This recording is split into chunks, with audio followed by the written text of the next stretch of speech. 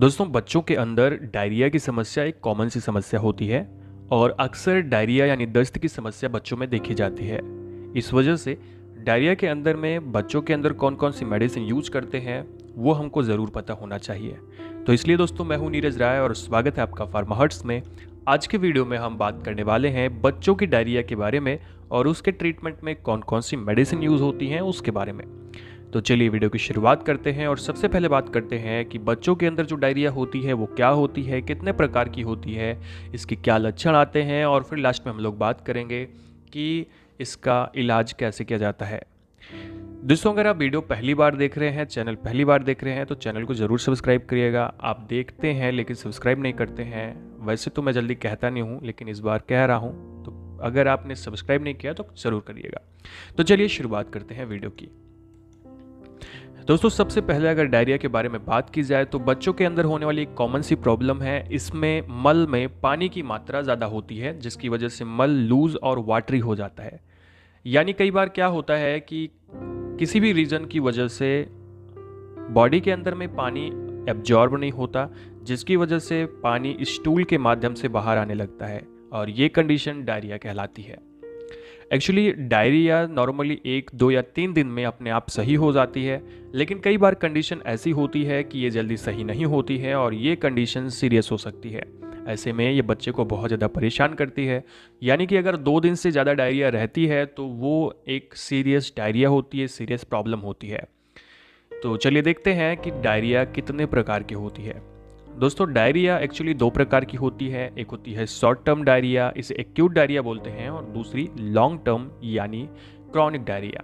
Short term diarrhoea के बारे में अगर बात की जाए तो ये डायरिया 1 से 2 दिन में ठीक हो जाती है और मेनली इसका रीज़न होता है बैक्टीरियल इन्फेक्शन। यानी कि अगर बैक्टीरिया की वजह से खाना या पानी कंटामिनेटेड हो गया है तो उसकी वजह से एक्यूट डायरिया होती है।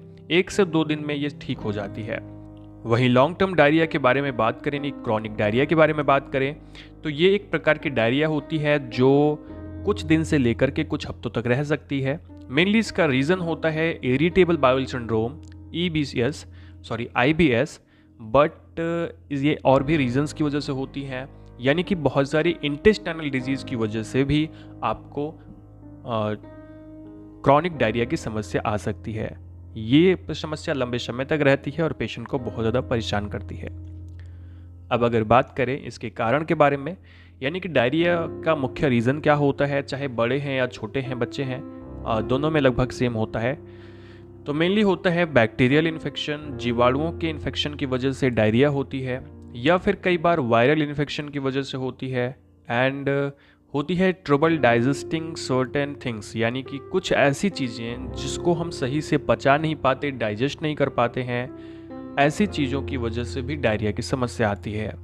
इसके अलावा दोस्तों, बच्चों में ज़्यादातर फूड एलर्जी की वजह से, कंटामिनेटेड फूड खाने की वजह से डायरिया की समस्या होती है, या फिर कई बार पैरासाइट्स की वजह से भी, यानी कि जैसे कुछ अमीबाज होते हैं उनकी वजह से भी आपको डायरिया की समस्या या बच्चे को डायरिया की समस्या आ सकती है। इसके अलावा कई बार अगर हम कोई ऐसी मेडिसिन खाते हैं जो डायरिया का कारण हो सकती है, तो ऐसे में दवाओं के रिएक्शन से भी डायरिया हो सकती है, या फिर किसी भी प्रकार के इंटेस्टाइनल आंतों के इन्फ्लामेशन की वजह से हो सकती है, इरिटेबल बाउल सिंड्रोम की वजह से हो सकती है डायरिया, या कई बार स्टोमक और गाल ब्लैडर की सर्जरी होती है बड़ों में या बच्चों में, ऐसे कोई समस्या है तो वहाँ पे डायरिया की समस्या इस रीज़न से भी हो सकती है। यानी कुछ ऐसे मेन रीज़न हैं जिसकी वजह से डायरिया की समस्या होती है। तो अगर ऐसे भी कोई रीज़न है तो सबसे पहले आप कारण को पहचानें, उसके बाद इलाज करें। अब अगर बात की जाए कि क्या क्या सिम्टम्स दिखाई पड़ते हैं, तो दोस्तों बच्चों के अंदर में या बड़ों के अंदर में जब डायरिया की समस्या आती है तो सबसे जो सिम्टम होता है ज़रूरी वो होता है क्रैम्पिंग। यानी कि एक्चुअली ज़रूरी नहीं है, पर ये ऐसा सिम्टम है जो ज़्यादातर देखने को मिलता है।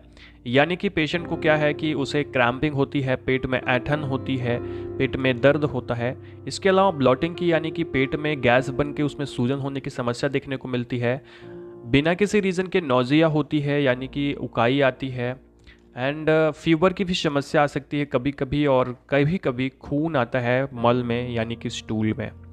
इसके अलावा दोस्तों डिहाइड्रेशन की समस्या बच्चे में देखने को मिलती है, जिससे बच्चा बहुत जल्दी सुस्त हो जाता है, यानी कि फ्लूइड लॉस होता है बॉडी के अंदर में, और पेशेंट जो है वो इम्बैलेंस हो जाता है। वो पेशेंट एक्चुअली अपने आप को उस तरह से सर्वाइव नहीं कर पाता है।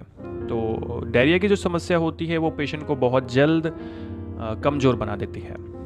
अब अगर बात करें ट्रीटमेंट में कौन कौन सी मेडिसिन यूज़ करेंगे दोस्तों, क्योंकि हम लोग बच्चों के बारे में बात कर रहे हैं तो यहाँ पे मैं डोज नहीं बताऊँगा, केवल ट्रीटमेंट की मेडिसिन ही बताऊँगा। तो क्योंकि कोशिश करें कि जब बच्चों की कोई समस्या हो तो अपने आप से इलाज ना करके आप कोशिश करें कि डॉक्टर्स के पास जाएँ। एक्सपीरियंस डॉक्टर आपको अच्छा इलाज करके देगा, तो इसलिए यही कोशिश करें।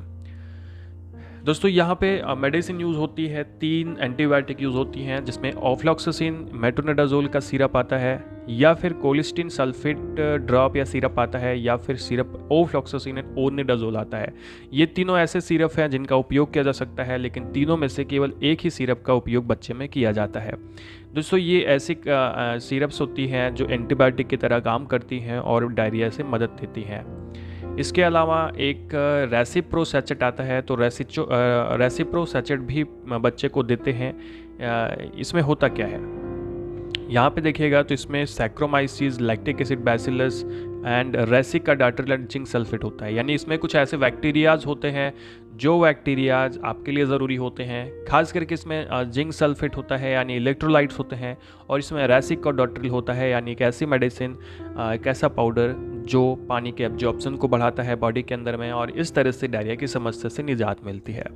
इसके साथ में दोस्तों बच्चों को डिहाइड्रेशन होता है तो उन्हें ORS सॉल्यूशन देते रहें। ORS सॉल्यूशन यानी ओरल रिहाइड्रेशन सॉल्यूशन में हम लोग इसे इसलिए देते हैं ताकि जो डायरिया की कंडीशन बन रही है जिसकी वजह से डिहाइड्रेशन हो रहा है वो ना हो, नहीं तो पेशेंट को बहुत ज़्यादा समस्या हो जाएगी। दोस्तों एक तो इलाज ये होता है जो मैंने आपको यहाँ पे बताया, एक प्रकार का ओरल इलाज होता है। यहाँ पे हम लोग मुंह से दवा दे सकते हैं। अगर मान लीजिए कि बच्चे को आप मुंह से दवा नहीं दे सकते हैं तो ऐसे में कुछ IV फ्लूइड्स और कुछ और भी सिरप देते हैं, जिसमें आप सिरप को आप ओरली ही देंगे। बट ये एक ट्रीटमेंट की मेरे जो तरीका है मैं आपको और बताने वाला हूँ। तो ये है दोस्तों, यहाँ पे कोलोराइड IV इन्फ्यूज़न 500 ml बच्चे को दिया जाता है। कैसे दिया जाता है वो डॉक्टर्स तय करेंगे, मैंने केवल मेडिसिन का नाम बताया। इसके अंदर में potassium chloride 0.1%, sodium acetate 0.65%, sodium chloride 0.5% होता है, ये दिया जाता है। इसके साथ में नियोफ्लॉक्सिन एक प्रकार की एंटीबायोटिक इंजेक्शन 200 mg की 100 ml की IV फ्लूइड आती है, ये दिन में 2 बार लेने की सलाह देते हैं। साथ में यहाँ पे सिरप जीसप आता है। जीसप सिरप एक्चुअली एक प्रकार का सिरप है जिसमें जिंक सल्फेट होता है जो इलेक्ट्रोलाइट को बैलेंस करता है, ये भी दिन में 2 बार पीने की सलाह देते हैं। बाकी ये जो ट्रीटमेंट मैंने आपको बताए हैं वो आप खुद से ना करें, आपको केवल जानकारी के लिए बताया गया है। तो दोस्तों ये था आज का वीडियो जिसमें हम लोगों ने बात की चिल्ड्रंस के अंदर यानी बच्चों के अंदर होने वाले डायरिया के ट्रीटमेंट के बारे में। वीडियो आपको इन्फॉर्मेटिव लगा हो, अच्छा लगा हो तो चैनल को सब्सक्राइब करिएगा, वीडियो को लाइक करिएगा, दोस्तों के पास शेयर करिएगा, और हमारा हेल्थ के चैनल भी देख सकते हैं, हम इंस्टाग्राम पर भी फॉलो कर सकते हैं। पूरा वीडियो देखने के लिए बहुत बहुत धन्यवाद। मिलते हैं नेक्स्ट वीडियो में।